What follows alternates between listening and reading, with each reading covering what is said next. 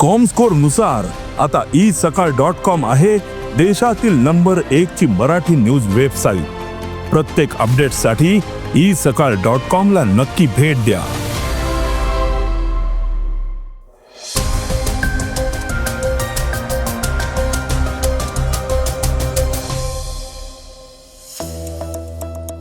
मतदान करा आणि मोठी सूट मिळवा, असं या पालिकेने आवाहन केलंय। अमेरिका इच्छित असली तरी कोणत्याही देशावर हल्ला करू शकणार नाही। तुमचा जुना PF नंबर शोधणं सोपं होणार आहे। मतदान प्रशिक्षण सत्रास गैरहजर राहिल्यास कारवाई होणार आहे। शताब्दी रुग्णालयात ECG सेवा पुन्हा सुरू झाली आहे। भारतीय नेमबाजी प्रशिक्षकाला निलंबित केलंय। रितेशच्या मस्ती 4 विरोधात याचिका दाखल केली आहे। या बातम्या आपण आजच्या पॉडकास्टमध्ये ऐकणार आहोत। नमस्कार, मी अनिरुद्ध गद्रे। आज 9 जानेवारी वार शुक्रवार। तुम्ही ऐकत आहात देशातील number 1 Marathi news website isakal.com चं पॉडकास्ट। पॉडकास्टची पहिली बातमी आहे वसई विरार प्रशासनाची। लोकशाहीचा यशस्वी उत्सव साजरा करण्यासाठी वसई विरार प्रशासनाने मतदारांना आकर्षित करण्यासाठी एक विशेष सवलत ऑफर सुरू केली आहे। 15 जानेवारी रोजी मतदारांना मतदान करण्यासाठी प्रोत्साहित करण्यासाठी हॉटेल बिल, ऑटो आणि बस प्रवासावर मोठ्या प्रमाणात सवलती जाहीर करण्यात आल्या आहेत। पालघर जिल्ह्यातील वसई विरार महानगरपालिकेमध्ये 15 जानेवारी रोजी होणाऱ्या निवडणुकीसाठी प्रशासन सज्ज झालंय। मतदानाच्या दिवशी बोटावर शाईचं चिन्ह दाखवणाऱ्या नागरिकांना त्यांच्या हॉटेल बिलात विशेष 15% सूट मिळेल, अशी घोषणा हॉटेल असोसिएशनने केली आहे। सर्वात महत्त्वाची घोषणा वाहतूक क्षेत्रातून करण्यात आली आहे। शहरातील ऑटो रिक्षा असोसिएशनने मतदानाच्या दिवशी मतदारांना वाहतूक भाड्यात 50% मोठी सवलत देण्याचा निर्णय घेतला आहे। आर्थिक बोजा किंवा वाहतुकीच्या कमतरतेमुळे कोणताही मतदार मतदानाच्या अधिकारापासून वंचित राहू नये याची खात्री करणं हे यामागील उद्दिष्ट आहे। बस भाड्यात विशेष सवलत देण्याची योजना आखली आहे। शिवाय मतदानाच्या दिवशी मतदारांना सलून सेवांवर विशेष सवलत दिली जाईल। पॉडकास्टची दुसरी बातमी आहे अमेरिकेची। व्हेनेझुएलातील निकोलस मादुरो यांच्या विरुद्धच्या लष्करी कारवाईनंतर अमेरिकेचं मनोबल उंचावलंय। या कारवाईनंतर लगेचच राष्ट्राध्यक्ष डोनाल्ड ट्रम्प यांनी 6 देशांविरुद्ध सलग 2 लष्करी धमक्या दिल्या।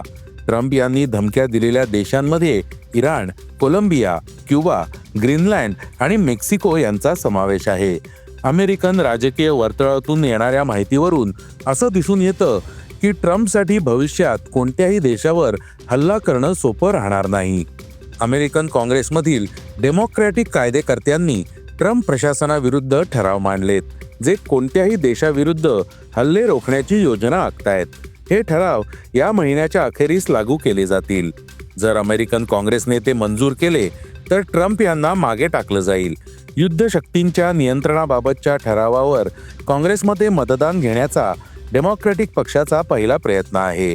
यामुळे व्हाईट हाऊसवर काँग्रेसशी चर्चा न करता कोणत्याही देशावर हल्ला करण्यापासून परावृत्त करण्याचा दबाव येईल। जर सरकारने काँग्रेसशी चर्चा केली तर प्रकरण आधीच लीक होईल। त्यामुळे ट्रम्प प्रशासनाला दुसऱ्या देशावर हल्ला करणं कठीण होईल। पॉडकास्टची तिसरी बातमी आहे PFची। कंपनीत काम करणाऱ्यांसाठी, विशेषतः खाजगी क्षेत्रात, PF हा बचतीचा एक प्रकार आहे जो गरजेच्या वेळी उपयोगी पडतो। जेव्हा त्यांना वर्षांपूर्वी नोकरी बदलल्यापासून PF नंबर आठवत नाही तेव्हा समस्या उद्भवतात। 2014 पूर्वी नोकरी सुरू करणाऱ्यांसाठी ही समस्या आणखी वाईट आहे। त्यावेळी UAN सुविधा उपलब्ध नव्हत्या आणि प्रत्येक कंपनीने वेगवेगळे PF नंबर दिले। परिणामी नोकरी बदलताना बरेच लोक त्यांच्या जुन्या PF खात्यांचा मागमूस गमावतात। आता या समस्येचं निराकरण करण्यासाठी EPFOने एक सोपा मार्ग उपलब्ध करून दिलाय। EPFO नुसार तुमच्याकडे PF क्रमांक नसला तरीही तुम्ही तुमचं PF खातं शोधू शकता। हे करण्यासाठी कर्मचाऱ्यांना युनिफाईड मेंबर पोर्टलला भेट द्यावी लागेल। नोंदणी केल्यानंतर किंवा त्यांच्या मोबाईल नंबरने लॉग इन केल्यानंतर त्यांना काही आवश्यक माहिती प्रविष्ट करावी लागेल। एकदा त्यांचे आधार आणि पॅन तपशील प्रविष्ट केले की सिस्टीम स्वयंचलितपणे मागील रेकॉर्ड शोधतं. PF खातं 10 वर्ष जुनं आहे की 15 वर्ष जुनं त्याबद्दल माहिती मिळू शकते. पॉडकास्टची चौथी बातमी आहे महानगरपालिका निवडणुकीची. महानगरपालिका निवडणुकी अनुषंगाने मतदान प्रक्रिया पार पडणार आहे. या प्रक्रियेसाठी नियुक्त करण्यात आलेल्या मतदान केंद्राध्यक्ष आणि सहाय्यक मतदान अधिकारी यांचं मतदान प्रक्रियेविषयीचं दुसऱ्या टप्प्यातील प्रशिक्षण सध्या विविध ठिकाणी सुरू आहे. हे प्रशिक्षण अत्यंत महत्त्वाचं आणि अनिवार्य असून निवडणूक कर्तव्यासाठी नियुक्त सर्व अधिकारी व कर्मचाऱ्यांनी प्रशिक्षणास उपस्थित राहणं बंधनकारक आहे. जे अधिकारी कर्मचारी प्रशिक्षण सत्रास गैरहजर राहिलेत त्यांनी तत्काळ संबंधित निवडणूक निर्णय अधिकारी यांच्याशी संपर्क साधून निवडणूक प्रक्रियेत सहभागी व्हावं. निवडणूक प्रक्रियेत अनुपस्थित राहणाऱ्या किंवा कर्तव्यात कसूर करणाऱ्या अधिकारी कर्मचाऱ्यांविरुद्ध निवडणूक कायद्यानुसार कठोर कारवाई करण्यात येईल असा स्पष्ट इशाराही डॉक्टर जोशी यांनी दिलाय. पॉडकास्टची पाचवी बातमी आहे शताब्दी रुग्णालयाची. कांदिवली येथील शताब्दी रुग्णालयात गेल्या काही दिवसांपासून बंद असलेली ECG सेवा अखेर पुन्हा सुरू करण्यात आली आहे. ECG विभागातील महिला कर्मचारी सुट्टीवरून रुजू झाल्यानंतर ही अत्यावश्यक सेवा कार्यान्वित झाली आहे.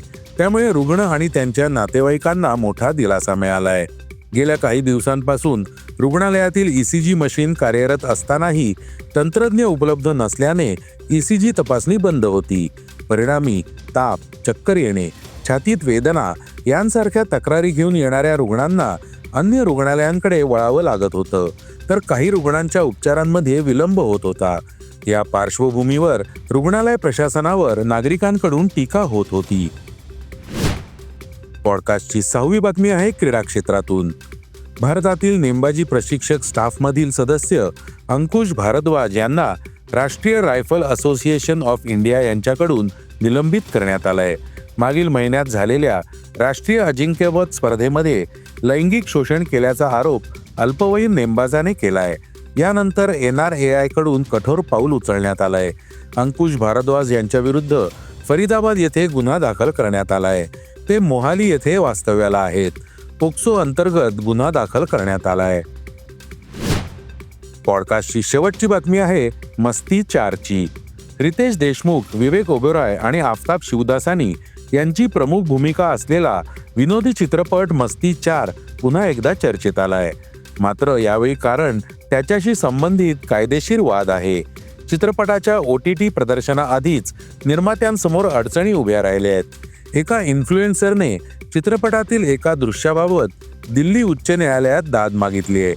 RJ आणि social media influencer Ashish Sharma यांनी चित्रपटाच्या निर्मात्यांविरोधात याचिका दाखल केली आहे.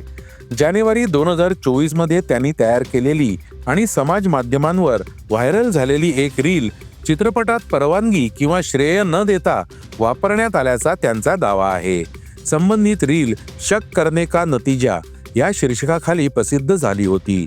यामुळे त्यांनी नुकसान भरपाई तसंच चित्रपटाच्या नफ्याचा सविस्तर हिशोब मागितलाय. या प्रकरणाची दखल घेत दिल्ली उच्च न्यायालयाने चित्रपट निर्मात्यांना नोटीस बजावली असून त्यांच्याकडून त्वरित उत्तर मागवण्यात आलंय. हे होतं isakal.comचं पॉडकास्ट, अर्थात सकाळचं पॉडकास्ट. उद्या पुन्हा भेटूयात. हे पॉडकास्ट तुम्हाला कसं वाटलं जरूर कळवा. त्याला रेटिंग द्या आणि इतरांना रेकमेंड करा. धन्यवाद. Script and research by Vrushal Karmarkar.